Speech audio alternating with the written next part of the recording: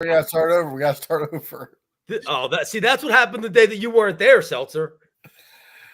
We are now live. We are now live. We are just starting over. Tapes. We have already started the episode. We got to pretend like we didn't, guys. Welcome, ladies and gentlemen, to 3 in the Keystone, episode 117. If you weren't here, I'm going to give you the bad joke again. The vibe is going to be breaking down the Sixers and New Zealand.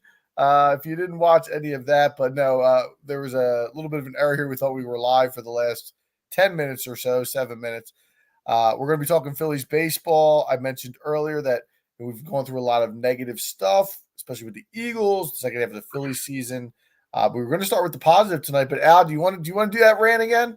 I'm because listen, I feel like it has to be heard, right? So if you're a listener of the pod, I feel like you have to hear this because honestly, we have a lot of level-headed listeners in our group, and I think they're going to agree with me. So I will go through this again. If you were at the game yesterday, you are a clown. If you drop the beat. The Bronx cheer, the sarcastic cheer to Nick Castellanos when he took that one pitch out of the zone after swinging at the one out of the zone. And the reason I say you're a clown is because it means you haven't been watching this team, you haven't been paying attention to this team, and you haven't been watching Castellanos. You're doing what sheep do, and you're following the crowd because it's easy to boo Nick Castellanos. He's the scapegoat of the team. When in reality, your frustrations are with Trey Turner, Alec Boehm, Bryson Stott, the golden boys of the Phillies, even Brandon Marsh, that everyone's afraid to boo, that nobody wants to boo because they're the daycare and they're so fun and they're young and they're good-looking guys and all this and that. So you go out there and you give the sarcastic cheer to Nick Castellanos, the guy right now who is the most important guy in our lineup, who has to back up and protect Bryce Harper because the Mets have shown their hand. They're not going to pitch to him. And what did Nick Castellanos do after you went out there and you gave him the sarcastic cheer? He saved our season.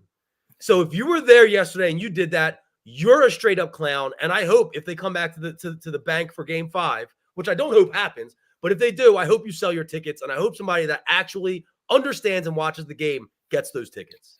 But like it was a tipping point. Again, it wasn't necessarily meant to be for Nick Castellanos. It was the built up frustration of Game 1, this first half of Game 2. And going back to the Arizona series last year, it was all that buildup. And I think Nick was just I made the reference earlier. It's like when you had a bad day at work and you come home and your wife says something to you and you explode on her. Even if she didn't really do anything. She just was there in that moment. And it just built up for so long. These examples, bro. I don't know. I never done that. Be careful with these examples. That's not what Sarah was saying at the birthday party. Don't put yourself in the hot seat. So to me, though, the levels of like okay, Philly boos our own players. We do it all the time. The level of sarcastically cheering your own guy in the middle of a playoff game, that the level of middle finger to me, that's a 10. So my counter would be, I have issues with the people who were offended when they got Nick under his breath saying these fucking people. Yeah, they shouldn't be offended. They should own Correct. It. I think that reaction from Nick is 100% viable. Given the year he had and what was going on. I don't have a problem with the booing because I was there on Saturday and the frustration that built up, it hits a point where you have nothing left to do but voice your opinion, how you feel, especially if they're spending good money on these tickets when the team is not performing. And also just to go back on, like, to agree with you, Seltzer, like, you talk about fans not being able to have your cake and eat it too moment where, if you're going to dish it, you gotta be able to take it. But in the same way too, like, and maybe this is going to be a little bit against what you guys are saying, but like the Alec Boehm moment, the Castellanos moment, you can't sit there and go to bat for the Philadelphia people and the fans and your fan base and say, oh, it's the greatest fans in baseball and this and that, and then you get caught saying those kind of things, because then it makes us feel like, what is your real feeling about it? Is that for the cameras and you guys talk crap about the city behind our back off the camera, or do you really genuinely mean what you say when you talk about this fan base? Because for me, and you could tell Castellanos was clearly upset, and I think that was a great rant that you had earlier, and I would counter that, or I guess you could say combat that the same way I did before we had our technical difficulty, where I said to you that in addition to the fact that pitch that he did chase was 5 feet short of the plate, which is a non-competitive pitch in any, I don't care if it's a game in March or a game in the playoffs, should never be swung at. And I think this fan base, whether some of the players want to own up to it or not, is a very smart fan base, and they're a really genuine, real fan base. And I feel like a lot of that is the frustration of seeing him do that a lot throughout the last 3 seasons. Now, has he come through in big spots? Yes. Has he had our most walk-off wins this year? I think he has 5 walk-offs this year. Yes. I respect that. Is it fair to not boo Schwarber and Trey and all those guys, even Bryce at times, if you're going to boo Nick for the same things? I get what you're saying. But at the same time, he's the one that has consistently, more than anybody in not only the team, but in baseball, had these moments where he's chasing balls that are not even close to competitive pitches, to the point where when you play the Phillies, you know with 2 strikes what you're going to pitch this guy, unless you're an idiot and then you pitch a fastball and then whatever happens. Traditionally, good pitchers, when they're going up against this guy, know where to put it, slider outside, change up outside, have him chase it, and see the result of it, which is probably going to be a beneficial one for that side of the for that pitcher. And I think that was just a frustration on a lot of the fans. Like, to your point, Seltzer, we're not hitting. None of us are hitting. And then you're going to go back to, after doing great things and being that cleanup hitter we need, reverting back and regressing to what we know you to be, which is a chaser of non-competitive pitches. And listen, at the end of the day, credit to him, because he ends up getting 3 big hits down the stretch and being the guy who ends up driving in the game-winning run and being the hero, which he's done multiple times this year. He saved our season. He saved our season on Sunday. And I will say this, guest, and you too, Adam. I was wrong about him. I was wrong about him being a lovable guy, because apparently he's not, because the fans wouldn't pull that bullshit with anyone else in that lineup. I mentioned Kyle Schwarber swung at a ball late in that game where he had an opportunity to do something big. A ball that was in on his hands and fell to his feet, was never in the zone. No. And nothing. Trey Turner hasn't done shit for how long now? 3 months. Bryce, that's the righteous wine, and where I totally agree with you with is that situation. Let's get off our asses and give everybody rounds of applauses and standing ovations, because I just don't. To me, that's just what they did to Nick. Nick was bullshit to me. And the bottom line, my chest, because I think he's the most important player in the lineup, and he's right now the best hitter in the lineup. And also, I would say, like, the bottom line is, a lot of people are like, well, Trey Turner chose Philadelphia. He chose us, so that's what to go back. So did Castellanos. Yes, so did he. Yep. So that's not really a valid argument in this case. And so, Al, I agree with you 100% with the Trey Turner element of it. And he chases a lot of bad balls, more than I thought he did. I don't know if it's a sign of age or what, but he is not, and I'm of course not, he'll hit a grand slam to win the game tomorrow, but he has not been a clutch hitter a little bit for this team in any spot, really, since he's been here. I can't recall a time where, like, I mean, of course, you got a game where you're down 1-0 or 2-1 in the 5th or the 7th, and he gets a hit, whatever. But like in the 8th, the 9th, extra innings, how often has this guy come through for us in the time that he's been here? He's due. It's time for him to earn that bag in this run, especially against these guys. What's the Trey Turner Phillies moment? The standing ovation. It's something he didn't even do. He doesn't have. Which by the way, I'm sure you know, but you know that they have a documentary that they're going to air soon about that in the next few weeks, I believe. It gets to the point where they're making money, making a film about this. Yep. Let's listen. You guys know I am number 1 on the Trey Turner batch list, but we do have to give him the credit of this. He had 3 hits yesterday. Yeah, 2 hits. He got on base 3 times, and twice. He got on base 3 times. Yeah. It was in the 6th inning, nobody on 2 outs. He got a hit that led to back-to-back homers. And then in the 10th or 9th, I'm sorry, he works the walk with nobody on 2 outs, gets on base, and then that leads to obviously the game-winning run. So he's contributed to runs. I'm not going to say he's but my thing is, when has he been the one that's laid the dagger? When has he had the Bryson Stott moment, the Castellanos moment, the Bryce Harper moment? Right. That's what we need to see from him. The number 1 moment, if we're really picking one, is the double play he turned against the Braves in the playoffs last year when he made that diving play against Albies in the first game of the NLDS. That's probably it. Yep. Yeah. All right. I did want to say we wanted to start positive, but we took it a different direction there. Can't do it. Listen, let me start with the first positive. And I am not actually going to go with Sunday's game. Zach Wheeler, again. What a postseason monster this guy has become. I mean, regular season, he's fantastic too. But the beast that he becomes in the playoffs, he had 30 swings and misses, which is unheard of in the playoffs. I think it was the most he's had in his career. And I just pulled up his game log here. He has now made 12 postseason starts for the Philadelphia Phillies. He has allowed 0 or 1 run in 1, 2, 3, 4, 5, half of them. And he's allowed 2 runs in 1, 2, 3, 4. So in 10 of the 12 starts, he's allowed 2 runs or less since being with the Phillies. The guy has the lowest postseason whip in Major League Baseball history. He was absolutely dominant. It was so disheartening to lose that game because they wasted that outing on Saturday. He will obviously be the Game 5 starter if we're able to get to that, or if the Mets are able to get to that. And there's no pitcher in baseball, Tarek Skubal aside, that I would rather have on the mound than Zach Wheeler. Yeah, he's number one, clearly. Yes, I didn't say that correctly. Wheeler's 1, Skubal's 2. Is there anything drop off?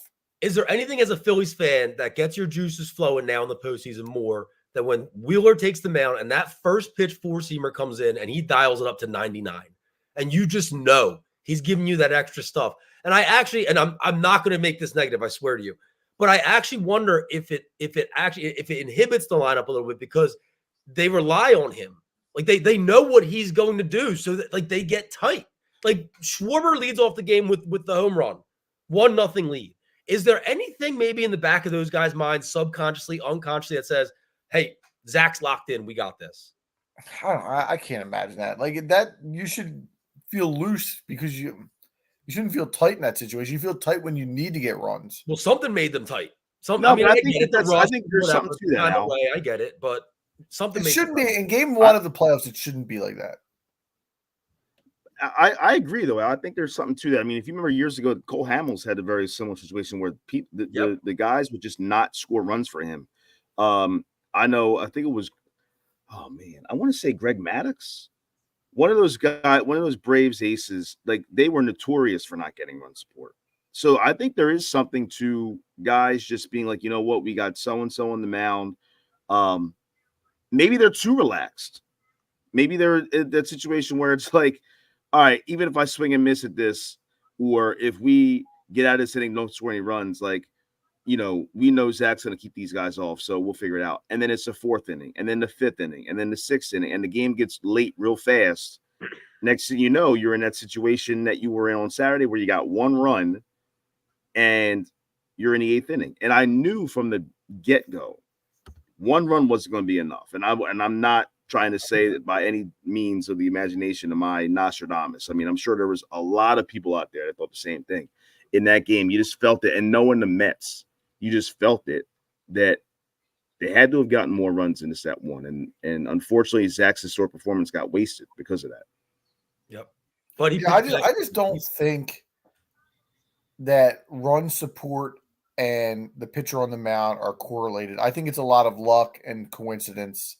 And yeah, some years you're going to have it where the luck just isn't in your corner and you don't get a lot of runs. I remember that Hamels year that you're talking about specifically. And Nola had it before. Nola had it before.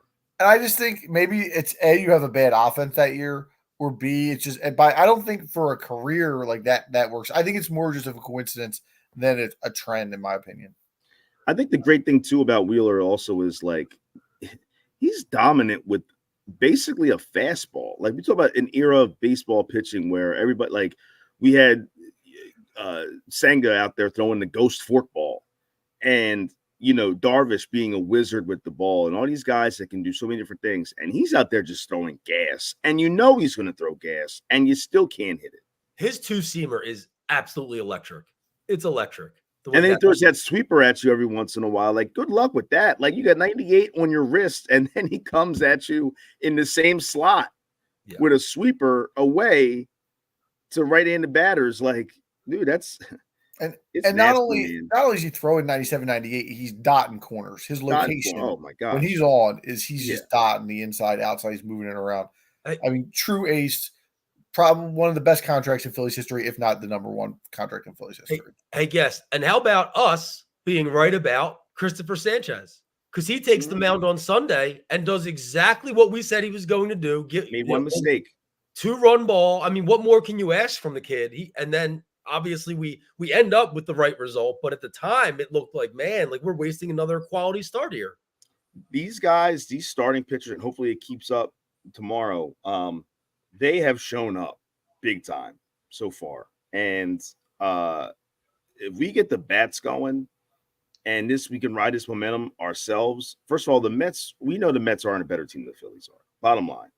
And I think if it turns into we can't pitch to Alonso and Nemo, they can't pitch to Harper and I guess Schwarber, Castellanos. We might have to worry about Vientos. Vientos is hot right now too. That goes to me. It's the top two in that order that scare me more. Well, that goes to my point though, Al, is it becomes all right. Who's your third guy? Who's your fourth guy? Who's your fifth guy? And the lower you go, I think top to bottom, the Phillies have more of a formidable, threatening lineup than the Mets do. I mean, are you sure about that? Absolutely, 2,000%. Are you scared more of Iglesias than you are of a guy like Stott, who's shown what he's capable of doing yesterday? Although he's in a down year, do you think that a guy like that, who's a career minor league guy, is a better player than anybody? On paper, no. I think Stott's a better player, but I'm talking about in this moment. You got guys like Brandon Marsh and JT Realmuto who aren't hitting. I don't think the difference between JT Realmuto and Francisco Alvarez on the offensive side of the ball is that different in this moment. Well, it's also been 2 games.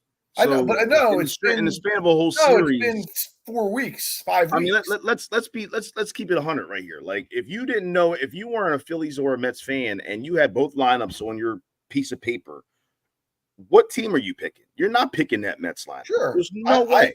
I agree with you. The Phillies are the better team on paper. So if we can hit and we do what we're paid all this money to do, all these guys with these mega deals, Castellanos, Trey, Harper, Short, all these guys that got these big bags, they got to be able to come through, do their job, and this should be 2 wins. I don't know. You said if we hit. That's the key word. You said right. If we hit. I agree with Adam. I think if you're a fan who hasn't been watching the game and hasn't been really watching the Phillies and the Mets lately, you would take the Phillies without a doubt. But watching what these teams have done over the last, Adam said it, 4 weeks, I don't know that I take the Phillies over the Mets. But that's my point. It's been a month.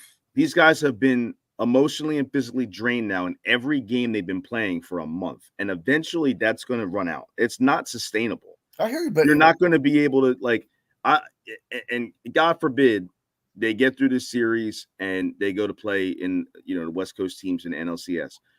At some point, whether it's to us or them or whoever, this is going to run out where they're going to all of a sudden go back to the team that they were in May and June and April. It's bound to happen. Hopefully it happens now. But either way, I am fully confident at some point this team's going to come down to earth. They're on cloud 9 right now. There's no doubt about it. And I tip my cap to them. I respect that. So, it's not sustainable. It wasn't sustainable for us 2 years ago. It wasn't sustainable last year for the Diamondbacks eventually. And I feel the same way about the Mets. And you may be right. It's just a matter of whether or not it's sustainable for this series. That's what our biggest concern is going to be. And, I pulled this stat today just to, I was curious as to how hard it is to win a World Series and how often the best team does not win. And I just was curious. And I pulled 2 teams that had dominant runs for a significant period of time. The Los Angeles Dodgers, obviously over recent years. Since 2013, the Los Angeles Dodgers have made the playoffs 12 straight years. They've won the division 11 straight years. In that period of time, they've averaged 100 wins per season. 100 wins. They've got 1 World Series. Well, we saw the Braves in the 90s with the same thing. And that's the other team I pulled. And the one they won was the COVID year, which is borderline asterisk.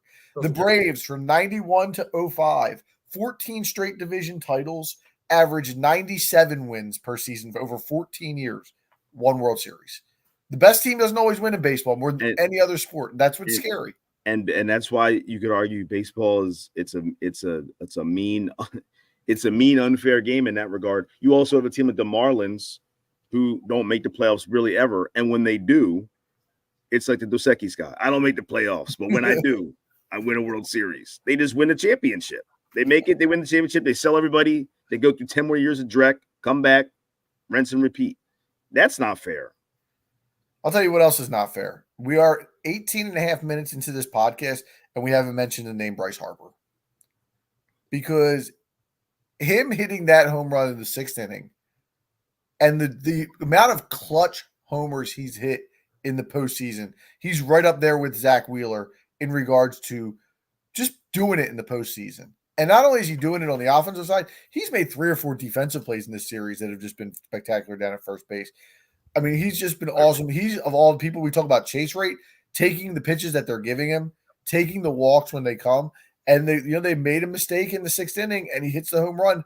And JT said it. He said that let us breathe. Like, all of us guys were tight as hell. JT said it. He said we were tight, and he's like, that opened it up for us to breathe. And he is that dude. Yeah, and I was going to mention it, Adam. He's exercising patience at the plate now. He's showing the Mets, if you're going to throw me garbage, I'm not going to swing at it. I'll take my base, and I'll trust my teammates to hit me in. And listen, he does every time.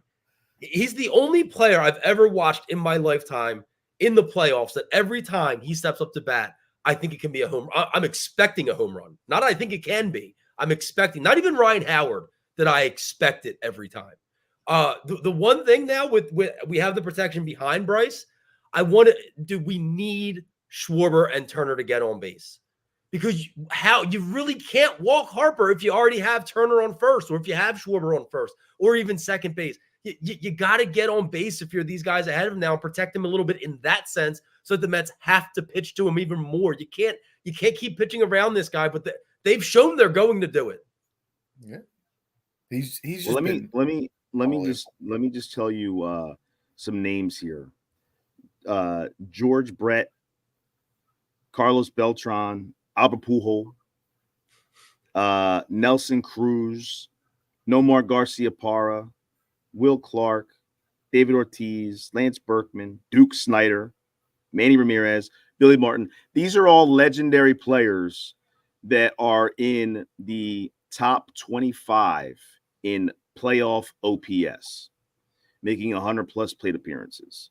All right. They're also in common in the fact that they are underneath Bryce Harper, who is 7th. So some names above Bryce Harper: Hank Greenberg, Paul Molitor, Lenny Dykstra, Arozarena, and then the top 2 are Lou Gehrig and Babe Ruth. And that's it. In the history of baseball, and the history of postseason baseball, those 6 players are the only guys that have higher OPS with a minimum of 100 plate appearances in the postseason than Bryce Harper. That was a weird top 7 guess. It was, but the top 2 is all you need to know. Yeah, Gehrig and Babe and the Babe. The dude had a postseason in '93, man. He did, and he had one in 8. From obviously we were too young to remember it, but I believe in '86 for the Mets he had a big postseason too. But also, Paul Molitor is a Hall of Famer. Hank Greenberg is a Hall of Famer. So out of that the group of 6 guys that are above him, 4 of those 6 are Hall of Fame dudes, and obviously he'll be right there. And you mentioned the Turner not having a moment. Bryce has had 4 or 5 just monstrous and counting. And counting. And we've talked before about the greatness of guys like Pujols and how his records that he's got are ridiculous, and it's like video game status. He's 3 spots now below Bryce Harper. Yeah, absolutely. The only other positive I had on my list was Castellanos, who we've obviously touched on already. Do you guys have any other positives you wanted to discuss before we jump on to the other side? I have a quick one, and I know it's probably a positive and a negative, but I was encouraged to see that Rob Thompson was actually willing to shake things up a little bit as early as yesterday's game. Starting Christopher Sanchez, which obviously we knew before game 1, benching a struggling Bohm, who is just right now in his head, has demons, just is uncomfortable at the plate, which he even showed yesterday with the pinch hit when he comes in and first pitch swing and pops up. When Diaz is showing he has no control over his pitches. And even hitting for Rojas early on when we knew we needed offense in the game. And Chris, I know you didn't necessarily like that move, but I did. I thought, you know what? Pull the trigger. You know what Rojas is going to give you at the plate, and it's not as much as what a Cody Clemens can give you. So pull the trigger early. Try to get something started. I like that Thompson's willing to do some things that I don't think he would have done in the last 2 seasons. I think it's funny how he benches Bohm for Sosa because of being he said a spark guy and this and that, whatever. I like Sosa, but the irony is he ends up taking him out of the game and pinch hits him with Bohm. And then we saw what Bohm doesn't at bat anyway. I think a lot of it has to do with off the field stuff, honestly. I think that Thompson and maybe some of the guys too might be a little bit over this guy, this grown man who seems to constantly be. You talk about Embiid being one of those loafer guys.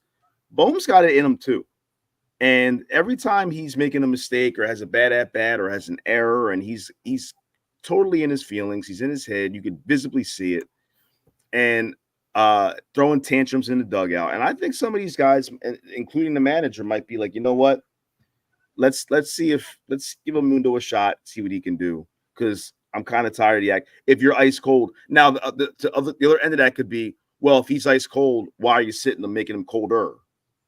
And I understand that point too, but then Sosa has a throwing error early in the game. It wasn't really I don't think it was really a great move at the end of the day as far as working out, but I do respect him at least trying it. And I agree with what Al said. I don't think it's something we would have seen from him in the past when he usually just sticks to his guns. And I want to say real quick too, as far as a positive aside from Sanchez is Stott. It was really good to see Stott come through and get off the snide. He's a total opposite of what we just talked about with Bohm. He's been consistently still keeping his head up and trying to get out of this season-long slump that he's in. He doesn't seem to be a guy who is overly hard on himself to the point where he's throwing tantrums. And if nothing else, he still is a Gold Glove second baseman. He's already shown that in this series. His glove has absolutely been a big deal for the Phillies already in 2 games. And so I think that's a big positive going forward is seeing him get a big hit and hopefully that gets him going. But also his glove is he's fun to watch out there in the field. So you definitely keep him in the lineup tomorrow against a lefty, correct? Yeah. You mean is Benea lefty? Benea's left-handed. Oh, okay, I didn't know that. I know Quintana's a lefty. Yeah, so it's lefty up in New York. So yeah, you have to. Yeah, I think you got to keep him trying to get him rolling. But you got to play Bohm. Right. I think said today, Topper said today Bohm is back in the lineup. And you got to play Hayes. Stott 3 for 7 lifetime against Sean Manaea with 1 home run. Yeah, so he sees him well. Now he's been pitching really good for the second half of the year. Manaea's been really good. So I think he's gettable, but at the same time, Nola's got to still be on his game too. I think it's gonna be one of those games again where it's gonna be like 1-0 or nothing in the deep into these guys start 5th, 6th inning, and it's gonna take a string of a couple of hits for us to get this done. I mean, tomorrow's the big one because I don't know about you guys, I don't have much confidence going into a game 4 with Ranger and the bullpen, and that's you want to get into the negatives. The bullpen's my number one. The way they're pitching right now, there's not a lot to love with the way that they're going about their business. Obviously, Strahm has been lit up both occasions. Hoffman did not pitch well on Saturday. Kirkring has been a little bit hit or miss here or there. So there's been some issues with the bullpen, and I don't know if you can count on Ranger for more than 3, maybe 4 innings at best. So tomorrow's huge. I think Ranger's a gamer, though, man. I mean, that's my guy. It's the postseason now, and I have faith he's going to step up. Now, does Thompson? Is he going to have him on a short leash where he's only going to go 2-3 innings anyway? That's the question. And if that's the case, and we're down 2-1, I think we're in trouble. But if they're going to let him be Ranger Suarez and just see what he's got, I think he's going to be a gamer and surprise people. I have the same worry as you, though, Adam. You took the words out of my mouth because this bullpen went from being a fleet of Honda Accords and Toyota Camrys, some of the most reliable vehicles on the planet, to a fleet of Cybertrucks all of a sudden. And it's all flash, all hype, but total shit. 12 earned runs and 11 innings pitched for this bullpen in 2 games. 2 games this series. Well, I just don't know. I just don't know how if potentially Suarez only gives you 3 innings, I don't know how this bullpen gets you across the finish line. I want to say this, and I think this is a part of it that we're not factoring in also is, in today's day and age, especially with the analytics, how rare it is for a starting pitcher to go through a lineup 3 times because the analytics show Once you see a guy for a third time, you're able to pick up on his stuff. You've seen him a handful of times. You know how much his curveball moves. You know when he likes to throw it, is how much his fastball moves. We have to factor in these two teams played 7 times down the stretch. At this point, the Mets have seen all of our Hoffman a handful of times. They've seen Kerkering, they've seen Strahm, they've seen Alvarado. They know what's coming. And on the flip side, the Mets bullpen is also kind of in shambles. I mean, when you look at it, they don't have a lot going for them in their bullpen. When you have to go to Edwin Diaz in the 7th inning, that tells you the confidence that the Mets have in the rest of their bullpen. And they really, outside of Peterson, they don't have any lefties they could throw at us. Yeah. Well, did you see what Diaz said after the game yesterday? Yeah. Basically saying that I believe it was the Harper at bat. He admitted he was pitching scared. He was pitching around them, and it got him in trouble. And I've been telling you guys in the text chats, they have been playing a dangerous game with Diaz. They're pitching him into the ground, and it's only the division round. Because, again, they had to get here. They had to finish the season strong. They had that doubleheader in Atlanta. They had to go to the wild card round in Milwaukee. They had to do what they had to do to use all their bullets. And I understand that. But at the same time, at some point, it's going to bite you. And their bullpen is not great to begin. Maton has been awful. And he looks, I was sitting there laughing to myself watching it. I was like, this guy looks like he's been through the ringer. Like, he looks like he expects every pitch to be like any strike he throws. He was like, wow, I got that one. Like, it was just, he just didn't look like he had good body language out there. Like, he looked like he had been touched up quite a bit recently. And so you got to wonder where his confidence is. Budo's confidence is wherever that is. He gave up those back-to-back home runs in Milwaukee that should have ended their season. So they've got some guys that Garrett's been okay. Which one? Garrett's been okay. Yeah, Garrett's been good. He's been good. So I don't think they're in much of a better shape. Also, to play devil's advocate, you could say that part of the reason why the bullpen for the Phillies isn't being as great as they should be or could be is because some of them are pitching in bad spots. I mean, you're putting Strahm in to close a game when he's not a closer. That's an issue. You're having the one guy who's been lights out for you, Estevez, and he threw 8 pitches and was cruising, had no problem. You pull him out. Meanwhile, Diaz is throwing freaking complete games.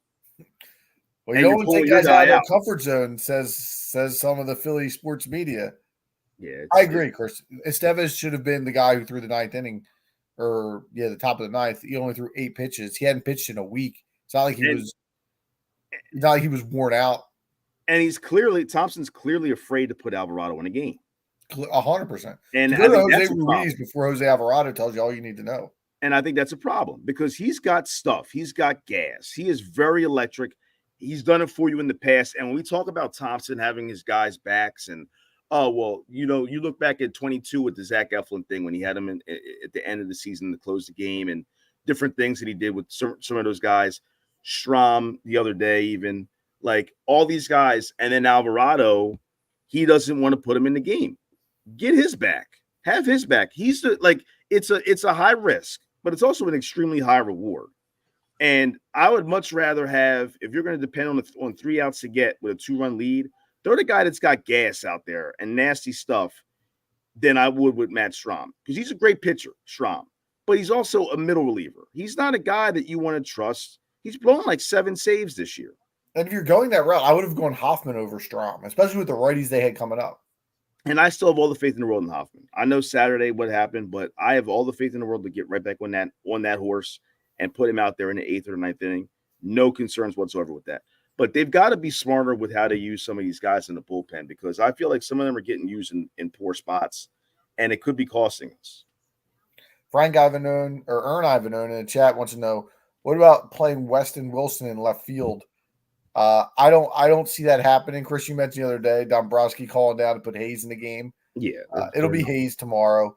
The question about the lineup I want to ask you guys is Bohm's back in the lineup tomorrow, again, against the lefty. Any chance you're flipping JT and Bohm in the order 5-7? Well, JT's not hitting either, so what's it matter? It doesn't matter to me. Yeah, no, I would keep it where it's at. Well, I don't know. Now I think about it. If you made the ballsy move yesterday, you might want to just make another one for this. I don't know. That's a tough part call. of it is Al, what you said earlier is now we need to also give Castellanos protection. Yeah. Mm. And if you have a guy like Bohm in there who the Mets clearly know now you don't have confidence in. And he's a clear head case. Right. Yeah. Is JT the veteran again? He's not hitting, but do you have more faith in JT to come up in a big spot and put the bat on the ball? He did. I mean, he did yesterday. Yeah, and good things happen.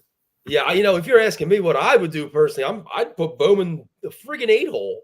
What has he shown you? Mm-hmm. And he hasn't really. I mean, even in the past, like he I'm trying to remember. I don't believe he had a big. He hasn't had a good he playoff. struggled last year in the playoffs too. I feel like. Yeah, he's the other guy that doesn't have a moment yet. It's him and Turner. But not only that, I feel like he was substantial. Like I think he had a really bad stretch at points in that postseason last year where it was like he was not able to get you a hit. None of them could. I'm sure he was part of that crew. Yeah. I'm pulling up his. I'm going to try and pull up. I feel like in that Arizona series, I feel like he just was not.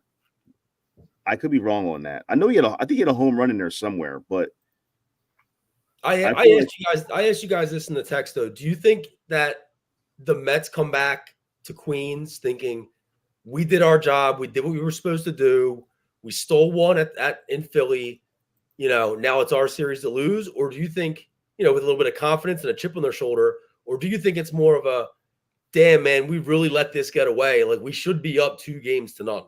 And on top of that, they're going back home where there's a little bit of pressure for them. They haven't been home since September 23rd. And they've been riding this momentum of this adrenaline rush, basically, where it's we all we got. We're on the road together and we're a band of brothers and all that. And that's all great, whatever. But now you're back home. You're in your own beds. You're in your own houses. You're back to how it normally is.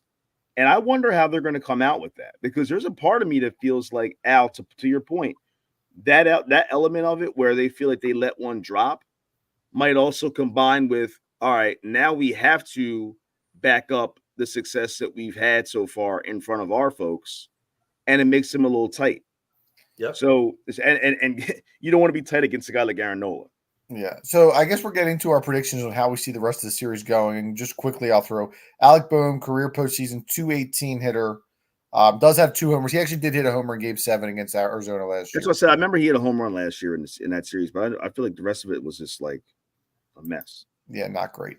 All right, let's Chris, I kind of get the vibe where you're going. So why don't you hit us with the way you see the rest of the series playing out? I mean, I think it's hard, man, because we talked a lot about the 2011 comparisons, and there was times where we thought that team was dead in the water in St. Louis, and they came, and I think, what was it, Ben Francisco, I want to say, had a big hit 3-run in homer. Game 4, I think it was. I think it was I want to say it was 4. It was in St. Louis. I feel like we were against the wall. I feel like that was like that might have been the save of season. I forget, but either way, it's very similar. If we can just, obviously with Nola, who you're paying like an ace, he's an all-star kind of caliber pitcher. He's got to come through. We talk about the batters that have to come through with the success and the money that they've had. This guy on the mound is do the same thing. If he wins tomorrow, I think the series is over in 4. I am concerned, though, if we don't win this game, what the pitching strategy is going to be Game 4. Because if it's a bullpen game, I don't see that working out for us. I would imagine that if we lose Game 3, Rangers starting Zach Wheeler's in the bullpen for Game 4. He has to be. And then you go Sanchez Game 5. You have to. I mean, Zach will be on short rest, but now he's on short rest, dude. He's on 111 pitches. There's no Game 5 if you don't win Game 4. Yeah, wow. I mean I'm not making that move. It's up there. It's something to think about. I mean, in the same way we talk about the Mets emptying their bullets out to get here. I mean, to your point, Seltzer, I guess we'd have to do the same thing if we were in that spot. That's only if we're down 2-1. Correct. If we're up 2-1, I'm not even looking. 100%. If you're up 2-1, he's not even a thought. I just hate entertaining that move because all that means is that we're just not hitting again, and that's the problem. Zach Wheeler can't swing the bat for you. He can't do everything. Right. And we haven't had great numbers recently at Citi Field. That's the team. So what's your prediction, Chris? Dude, I don't know. I'm all over the place, man. I honestly feel like if you asked me after game one, I would have said that this is where it doesn't look good for us. But that's what you said last week. To be fair, I said as far as the overall playoffs, I didn't have us going to the World Series. But didn't you say last week if we lost game one that the Mets were going to win? I believe that's what you said. I'll have to run the tape back here. I might have. I don't remember. But there's something about that magic that happened on Sunday night though, and I feel like they might be about to get hot. You know when the NFL on Fox, these pregame shows have like the five guys on the thing, and they're going through the game by game predictions, and they got to just say, "Could you imagine guest on that?" No, I don't know, man. The other thing too is this bullpen we got ain't going to be this bad forever. Like at some point they're going to wake up and go back to where they are supposed to be. So that's take the Phillies, damn it, take them. Just say it. Got to win game 3. Oh my God! All right, listen. This team. I don't mean this team, the 2024 team. I mean this team over the last 3 years has shown that when the playoffs come around, they're good with house money, but then they underperform when expectations are high. In 2022, we got up 2-1 on the Astros in the World Series. We finally started believing, finally started thinking that we're the favorites, and it falls apart. Last year, we go up 2-0 against Arizona. We go up 3-2 against Arizona. Finally thinking, okay, we're back. We're comfy. We're going to the World Series. They shit the bed again. This year, what I see is that game 1 was a wake-up call, and that knocked the high expectations right out from under their asses, and it lit a fire under them instead. And I think this Phillies team is awake, and I think the Mets have gotten their attention. I'm sticking with my original prediction, which was Phillies in 4. It's not coming back to Philly. I think we move on after 4 games. Man. If that happens, I might psychologically I might be on house money for the rest of the playoffs. If we can at least just knock the Mets out, that'll make me exhale big. What was my when we were talking about who would we rather play, the Mets or the Brewers? My big thing with the Mets was that I think it will be a wake-up call for these guys playing the Mets, playing the better of the two teams, playing the division rival. It's going to be loud as hell in Queens, not like louder than it would have been in Milwaukee. All respect to the Milwaukee fans. I'm sure they're a great bunch of people. But this is what they need to not only wake them up in this series, but if they're going to win this series, to keep them awake for the next series and the series after that, should we get that far. All right. I'm going to stick with my stereotype. I just look at this series, and it reminds me so much of what we've seen the past 2 years with the Phillies and the Braves. Yeah. And it's the Phillies going in, taking game 1 in a relatively dominant fashion with with their ace, with Wheeler. And then game 2, the Braves would sneak it out in some sort of way where the Phillies fans were like, man, we were close to winning game 2. Like, we should have been up 2-0. And then it just going there and not coming back. I have a giant fear of game 4 and what could happen in that game. And that means tomorrow is pretty much the be-all, end-all for me. And this Mets lineup, they just don't go away, which is what's the scariest thing about it. Vientos we can't get him out. Lindor, you know how I feel. I think Lindor, to me, those two guys at the top of the order remind me of like a clutch version of Jose Reyes and David Wright. That's what I see in those two dudes. And then again, the Phillies are going to have to hit, and I need something from the bottom of the lineup because even yesterday's production, it was Harper, Castellanos, right? Where else? And stop. Where else was there really production yesterday outside of those guys? I don't think it gets back to Citizens Bank Park, guys. I really don't. So you're taking the Mets in 4 games. I'm taking the Mets in 4. I'll say this, another positive. Shout out to Citizens Bank Park and the fans there for outpricing the Mets fans and keeping those cockroaches outside of the ballpark and not in there like they were in that Knicks Sixer series. I shout out to them for that, and Citizens Park staff for spacing out. From what I understand, they did a good job of spacing out. I think there was apparently approximately 8,000 Mets fans on Saturday. I don't know about Sunday, and they spaced them out pretty well, so there was no cluster of Met folks in that stadium, which was awesome. So that's good to not have to worry about that crap. There was probably the only section of Mets fans. There was about 3 rows right behind the Mets dugout. There was a handful of Mets. And that's understandable. Yeah. That could be family, whatever. So I get that. I think Kyle Schwarber wakes up. I think he does something big. Now we did light up Sean Manaea in the Padres NLCS last year. We pitched out of the bullpen, so I think we got him for 4 runs in like an inning and third. And a little bit of a different guy now, though. we hit him around this season. He has a 5.4 ERA against us. Gave up 10 runs in 3 games. Like we've shown we can do it. That's what I'm saying. He's gettable. I know he's been hot for a while now, for a couple months. But if they just crack down and do what they're capable of doing against him, I mean, I'll take Nola over Manaea any day of the week. They just got to all do their jobs. They play at the Phillies. Keep it in the yard, Aaron. Keep it in the yard. Yep. And also Seltzer, especially. If Nola comes out and throws a gem, can we shut up with this whole like Nola's not a clutch guy? Because he's had big spots. Has he let us down a couple times? Yeah, but he's also gotten us through a couple times too. And I think that we can put it to bed until his next name season start. We can put it to bed for a week. We got a Phillies prediction, a Mets prediction, and a straddled fence prediction here. So you get whatever you want here on the show. Yeah. Speaking of predictions, let's wrap it up with our best bets for the NFL. Al, congrats, dude! Big winner last week. I did it. Well, you too. You took the friggin' Browns, dude. Don't ever take the Browns. I was willing to, and I was going to put this on the table for you guys. Suspend myself for a week from best bets if they're picking the Browns. Yeah, that's a suspension worthy offense. I talk about trying to read the lines and just not reading it correctly. That's what that was. So I'm trying to figure out how the Patriots lost to the Dolphins. Yes, at home with no quarterback. Ernie wants to know if any of us are going to a possible Game 5. Ern, if you got tickets, you got my number, brother. Send me a text. I got tickets if you want them. They'll be available for the right price. Don't text Adam, Ern. You ain't gonna be able to afford it. My best bet this week, gentlemen, is a game that, man, this line looks super fishy. When I saw it, I couldn't believe my eyes.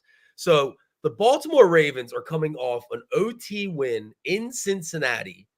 They now have to travel again to a Washington team that are the bells of the NFL ball this season with what they're doing on the field. They're 4-1. They're rolling over teams left and right. They rolled over Adams Browns last week. In no way, shape, or form should this team be giving nearly a touchdown at home to anyone right now, including the Ravens. But they are. They're giving 6.5 points to the Ravens. Give me the Ravens minus 6.5 this week to cover against the Washington Commanders. That's my best bet. All right, Chris. Well, Seltzer, I might be there on the suspension line with you because Al, I'm taking the Browns this week. Oh, Jesus. Oh, against the Eagles. Plus 8.5. The Eagles are not good enough to be favored by 8.5 to anybody. I don't care if they're coming off a bye and they're at home and they're playing in Jalen Hurts' bathtub. It doesn't matter to me. Cleveland had a tough loss, tough performance. Maybe they actually have some balls and have a little bit of fight that they bring to Lincoln Financial Field on Sunday. But 8.5 to me for the Eagles is too high. So I'm going to take Cleveland at plus 8.5. Yes, I'm with you. If it wasn't the Browns, real quick, Adam, I made a mistake. It's at Baltimore, my game, so it is a home game for the Ravens, but I'm still taking them minus the 6.5. I thought about the Eagles, Chris, but I agree with you. And there's definitely a chance that we see Jameis Winston. And if Jameis Winston plays, that 8.5 is not the right number. Because Deshaun Watson's the worst quarterback in the NFL. That's your boy. You used to love him. I was wrong. I told you for years about that dude. He pulled the Ben Simmons, dude. He forgot how to play football. Yeah. All right, listen, you would think I learned my lesson going ugly, but I'm going to go ugly again. And I'm going to kind of take Al's theory here. You want to talk about a hard-fought divisional game for the Ravens? How about the Cincinnati Bengals, who had the absolute air, maybe popped out of their entire season, falling to 1-4 overtime game, and now they got to go to New York to face this Giants team that may not be that bad. Just for the record, Giants 2-3 now. Their 2 losses were the opening game against the Minnesota Vikings, who are now 5-0. And they lost by a field goal at Washington in a game where the Giants would have won if their kicker didn't get hurt. And since then, the Giants have beaten the Browns, who we talked about. They did have a close loss to the Cowboys, and then they beat Seattle. Giants getting 3.5 at home against a Cincinnati team coming off a tough loss. and possibly, again at 1-4, who knows where their mentality is at this point. I think the Giants keep this game close and possibly win it. Seltzer, did you also see Joe Burrow the other day, where he was basically telling the media after the game he doesn't think they're a playoff caliber team right now? I mean, obviously their record says that, but like, I think their defense, the 30th ranked defense in the league, they can't stop anybody. He called them to the carpet, to the media. He called them to the carpet, all of them, and he's included in that. Like he had a decent game the other day, but that team there's something stinks on that team. I don't know if it's finally like Zach Taylor. Is that his name? Yeah. We always forget this dude's name. Yeah, I'll never forget it. What's you call him? What was it? I can't remember, man. I couldn't even name Marv Lewis. Oh man, that was hilarious. But it's something about this team right now that they just are not. I don't know if it's a distraction with the receiver situation with T. Higgins and all that stuff. I don't know what it is, but they are not vibing a little bit. I wouldn't be surprised, Seltzer, if the Giants win that game. Guest, it's time for your favorite game: Sirianni and Hurts or Gannon and Murray.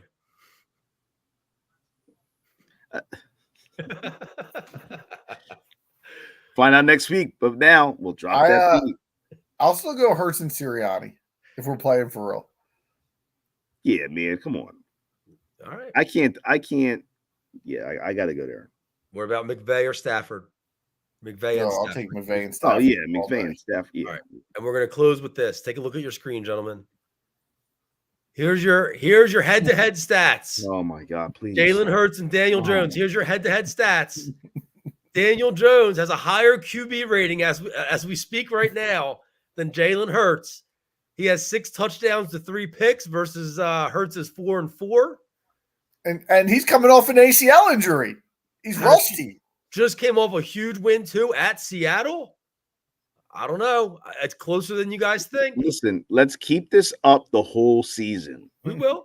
Keep this up the whole season, this graph. And then we're going to see by like week 10, you're going to be like, all right, look, I know I said I'd do it. Here it is. Yes, because I've been on a crusade like this before with Ben Simmons, and that was like a 3 to 4 year long journey of me calling that dude out for being a punk bitch that can't play basketball until I finally got the fruits of my labor and everybody saw what I saw early on. I'm not saying Daniel Jones is a better quarterback. Okay. So the question is, are you doing this to come at Hurts, or are you pushing the Daniel Jones narrative? It's a little bit of both. I think Hurts is not as bad because when you look at the screen and you look at these two guys, one of these guys has a top 5 O-line, one has a bottom 5. One has A.J. Brown, Devontae Smith, and I get A.J. Brown has. So let me throw that out. One has Dallas Goedert. One has Saquon Barkley. One had Devontae Smith for 3 games. One has Wendell Robinson. Malik Neighbors. Come on. Okay. I also want to clarify my pick this week is assuming Malik Neighbors plays. If he doesn't play, then I'm out. I just think it's a little bit closer than people want to recognize it is. I think it's easy. If I'm Malik Neighbors' agent, I'm like 3 games in, I want a bag because he's making Daniel Jones even put in this conversation. So you want that $40 million, bro? You could say AJ Brown put Jalen Hurts in the conversation. Well, we'll find out. We'll see. To say that Hurts it's a little bit of a troll job, Al. I think you're trolling my man. Because now put the graph up with your boy Jay Fields. All right, put him up with I don't know anybody. Give me the sarcastic clap, guys. No, I was just trying to do Hurts and Tyler Huntley, but it wouldn't even process that request. No, they were like, get out of here. All right, this guy's an asshole. We're out. All right, Phillies game 3 tomorrow. Game 4. Hopefully, we're talking NLCS. I guess the first game. Well, the first game of the NLCS is Sunday. Should we predict the Birds and Browns before we go? We're just pretending that don't exist. No, we're fighting. To quote Robert Kelly, we're fighting for our freaking lives. Yeah, that's on the back burner. We got Red October going on, so we will see you next week. Hopefully, with some positive news. Like I said, NLCS game 1 will be in the books by then. Until then, we're gonna drop that beat. Rather have Tyler to create.